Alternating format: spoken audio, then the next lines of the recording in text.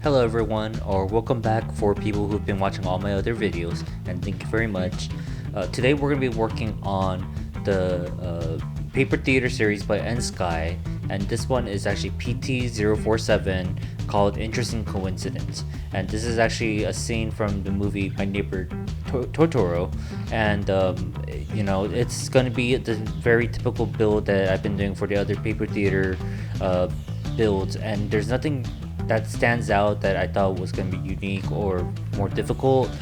It is a pretty straightforward model, and I believe difficulty is around medium, so it should be pretty easy to build. And if you've seen my other paper theater build videos, I know I'm going to sound like a broken record, but I like using a paintbrush along with Mod Podge,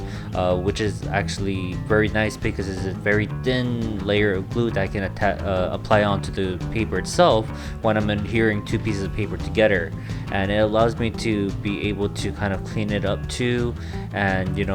since the Mod Podge itself is actually pretty loose, it actually does apply very thinly if you wanted to.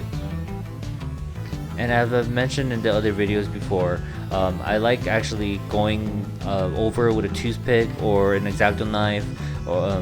between like the edges or any holes where there might be glue seeping out. It actually does two things for me. One is to get rid of the glue that might be kind of seeping out into the gaps that I want to have clear, and the other is actually it helps me align multiple layers of paper, because a lot of times the holes align or the edges align, and so by me being able to press my toothpick or an X-Acto knife against those edges, I'm actually realigning all the pieces together. I don't know if it's just me, but I've noticed that Totoro can be cute and kind of creepy at the same time. If you notice, I love how the Totoro was actually designed, and he has this big grin, almost like the Cheshire Cat from Alice in Wonderland. But at the same time, he can open his mouth really big, and kind of like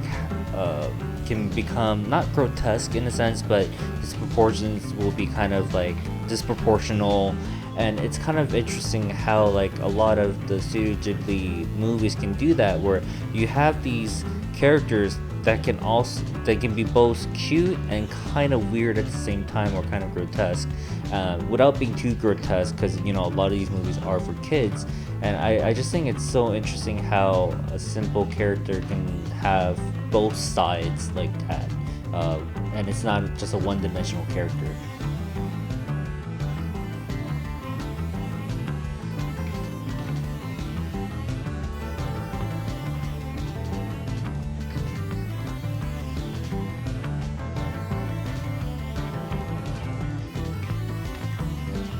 So when I'm actually applying glue to the small pieces, what I just like doing is having my paintbrush, and then I'll actually dab the piece of paper onto the paintbrush itself, while if it's a bigger piece, I'll actually brush on the glue onto the paper itself. So it's kind of like a reverse for small pieces a lot of times, because there's a lot of excess glue that's on the paintbrush already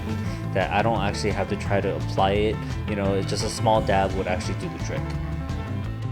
This build has a lot of big pieces, which is actually nice to work with, but there are quite a few of these small pieces that are kind of intricate, and it is a little difficult to align properly sometimes, just because like it's so small. My eyes actually had a hard time kind of focusing on these pieces, and it's just me just aging and having a hard time actually looking at things that are really small and up close.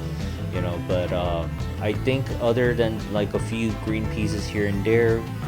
this was relatively simple and straightforward, and I didn't really have much problem anywhere along this where I felt like I had to kind of bring it up.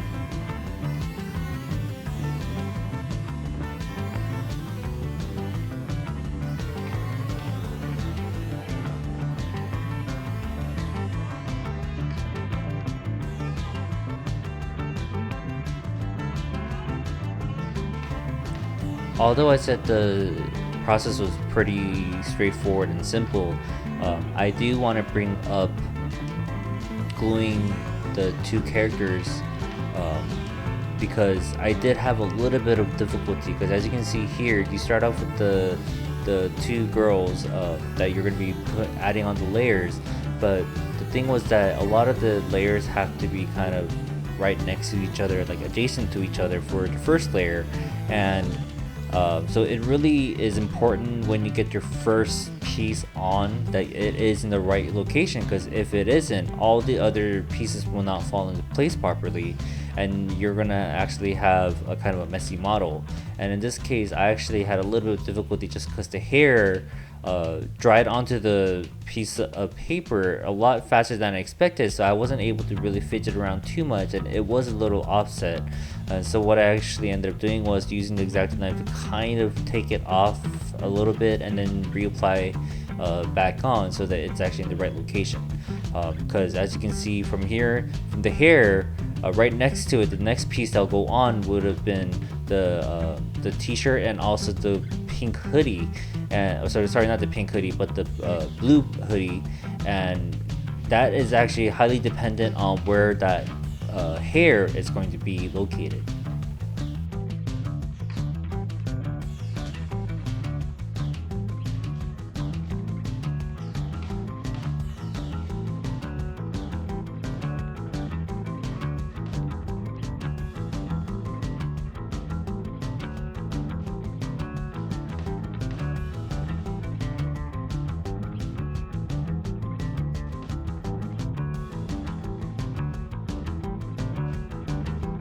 So what I'm doing here is actually creating a gap between the pieces of paper that are adjacent. And the reason why I'm doing that is because if you see the rest of the model, there's usually some kind of dark line that kind of makes it more of an anime style. I mean, it is an anime movie, but I wanted to kind of make sure that there's a gap in between so that it creates a shadow between the two pieces of paper, and because of that, it kind of gives you like a edge line to visually kind of make it look like it has more of an anime style to the build itself.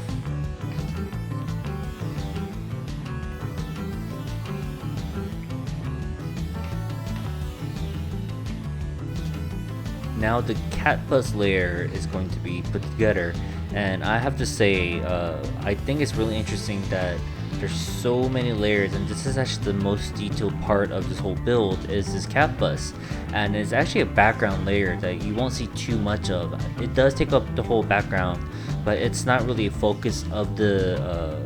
paper theater itself. So you know, it's kind of interesting that it has more complex layers than Totoro or the two girls, and it's just kind of a backdrop that you're being that you're putting into the paper theater itself. That being said, one thing I would comment on about this is it's okay to make mistakes on this layer, just because, as I said, it's not really a focal point of this build, and you're gonna actually cover most of it, so you're doing all this work just to show portions of this cat bus, and you're not gonna see all the details. So you know, you actually do have some leeway into making mistakes, or you know, if you have some messy areas where you have glue marks, or you know, a little bit of mark on the paper itself, I wouldn't worry too much about making this too perfect.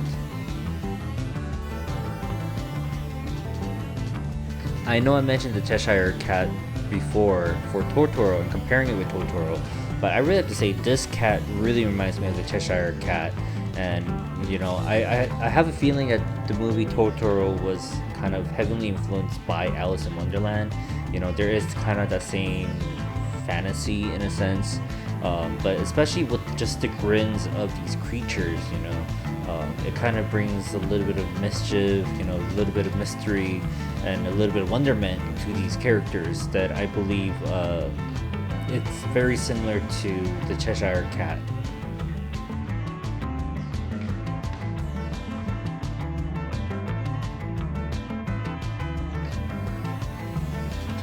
I think all the Totoro paper theater models that I've been working on, minus the Acorn wood series, all included this rat. This rat, I think I've built on multiple models before, and I just think it's interesting that it's kind of everywhere.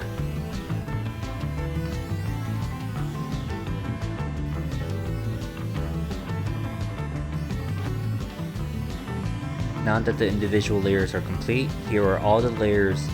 which are 6 layers in total for this paper theater.